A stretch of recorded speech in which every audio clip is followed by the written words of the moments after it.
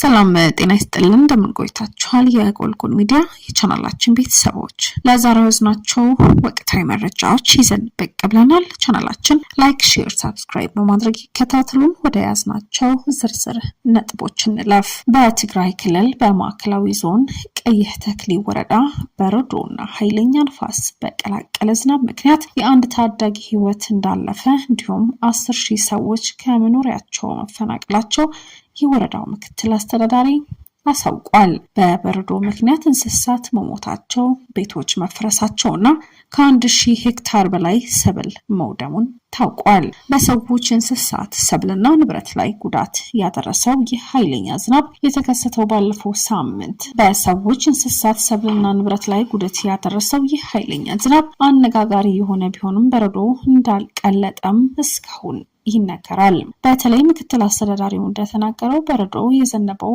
አመሻሽ ከ12 ሰዓት ተኩል ገደማ መሆኑንና በጣም ኃይለኛ ታይቶ የማይታወቅ በረዶ ነው ያጋጠመ የሚሉ ነዋሪዎችም 5 ቀበሌዎችና 7 ጎጥ ውስጥ ጉዳት ማድረሱን ተናግረዋል። እንደ አቶ ሀብታሙ ገለጻ በዕለቱ በማዕከላዊ ትግራይ ዞን ውስጥ በሚገኙት ሌሎች ወረዳዎች ውስጥም ተመሳሳይ ክስተት ቢያጋጥም የከፋ ጉዳት የደረሰው በቀይህ ተክሊ ወረዳ ነው። እስካሁን በሌላ ወረዳ የሞተ ሰው አልሰማሁም ያሉ ሲሆኑ ክስተቱ በመጠኑና በክብደቱ እንደሚበልጥም አስረድተዋል። ምክትል አስተዳዳሪው እንደሚናገሩት ህይወታቸው ያለፉ ከብቶች በመጠበቅ ላይ የነበረ የ12 ዓመት ታዳጊ ወጣት ታዳጊው በረዶ የቀላቀለ ዝናብ ተከትሎ በመጣ ጎርፍ መወሰዱ ማክለዋል። በበረሃ እያለ ገና ቤት ሳይገባ ነው በበረዶ በጎርፉ አደጋ የደረሰበት ያሉ ሲሆን ሰዓቱ አመሻሽ ስለነበር እንጂ ብዙ ሰው አደጋ ላይ ይወድቅ ነበር ሲሉም የበለጠ ጉዳት ሊደርስ የሚችልበት እድል እንደነበረ አመልክተዋል። በሰው ላይ ከደረሰው ጉዳት በተጨማሪ ፍየሎችና ከብቶች ጨምሮ 201 እንስሳት መሞታቸው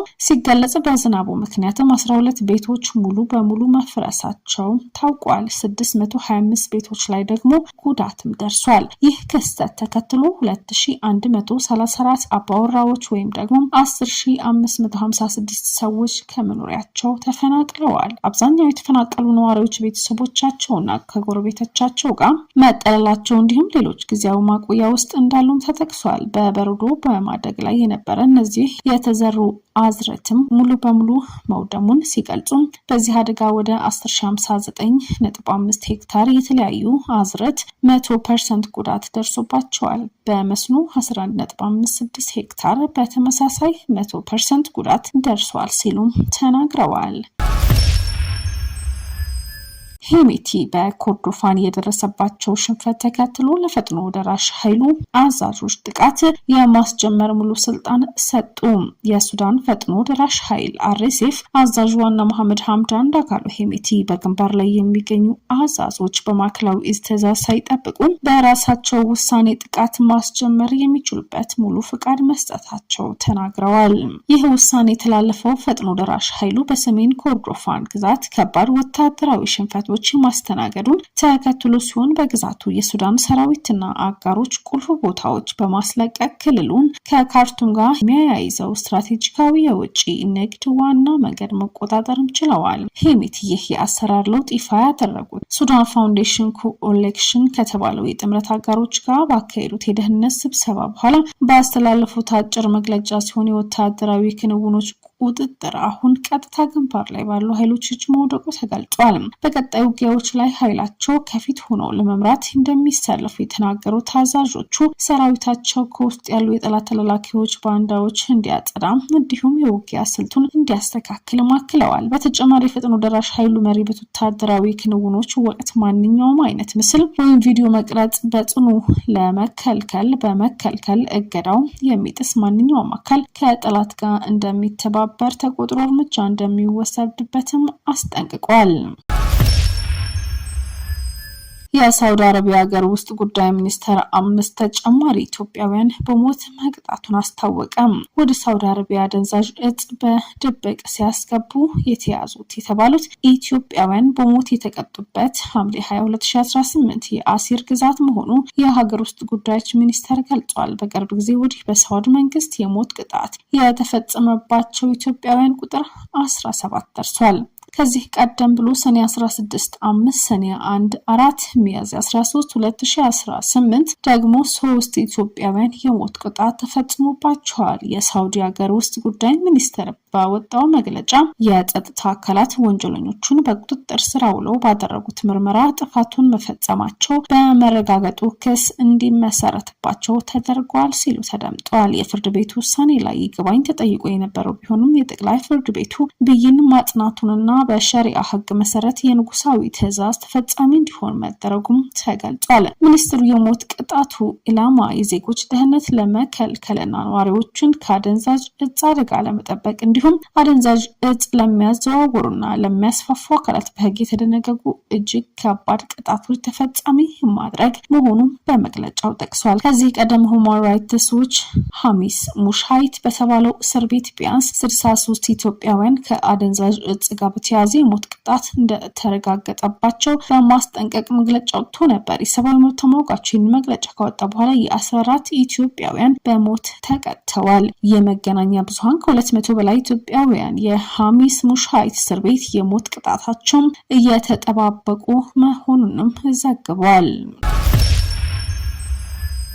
የኢትዮጵያ ሰብአዊ መብቶች ጉባኤ በኦሮሚያ ክልል አርሲ ዞን ውስጥ ባለፉት 4 ዓመታት በተፈጸሙ ጥቃቶች 458 ሰዎች ሲገደሉ 38 ነዋሪዎች ያሉበት ሁኔታ አልታወቀም። መንግስታዊ ያልሆኑ የሰብአዊ መብቶች ተሟጋች ድርጅት እንዳለው ይህንን ያለው በኦሮሚያ ክልል ምስራቅ አርሲ ዞን በተለያዩ ወረዳዎች በተፈጸሙ የሰብአዊ መብት ጥሰቶች በተመለከተ ያወጣው መግለጫ ባለ 37 ገጽ ሪፖርት እንደሚያመለክተው ከ2014 እስካለፈው ግንቦት 24 2018 ዓ.ም በዞኑ የተፈጸሙ የሰብአዊ መብቶች ጥሰቶች የዳሰሰ እንደሆነ ተገልጿል። ሪፖርቱ እንደሚያስረዳው የሰብአዊ መብቶች ኮሚሽን ባለሙያዎች ከመጋቢት 3 እስከ 9 ቀኑ በዞኑ የተለያዩ ወረዳዎች ተገኝተው ምርመራ አድርገዋል። ባለሙያዎች ምርመራ አካሂደውባቸዋል ከተባሉ 9 ወረዳዎች መካከል ሸርካ፣ መርቲ፣ ሆንቆሎ፣ ዋቤና አስኮ ይገኙበታል። የምርመራ ባለሙያዎች በእነዚህ አካባቢዎች ከሟች ቤተሰቦች፣ በጥቃቱ ጉዳት ከደረሰባቸው ሰዎችና ከአይን ምስክሮች ጋር ቃለ መጠይቅ እንዳደረጉም ሪፖርቱ አስፍረዋል። ከኢትዮጵያ ኦርቶዶክስ ተዋሕዶ ቤተክርስቲያን አርሲ ሀገረ ስብከት ቤተ ካህናትና ከወረዳዎች ቤተ ክህነቶች የተገናኙ መረጃዎች እንዲሁም አስረጂ ሰነዶች የምርመራው አካል እንደሆኑ ተጠቅሰዋል።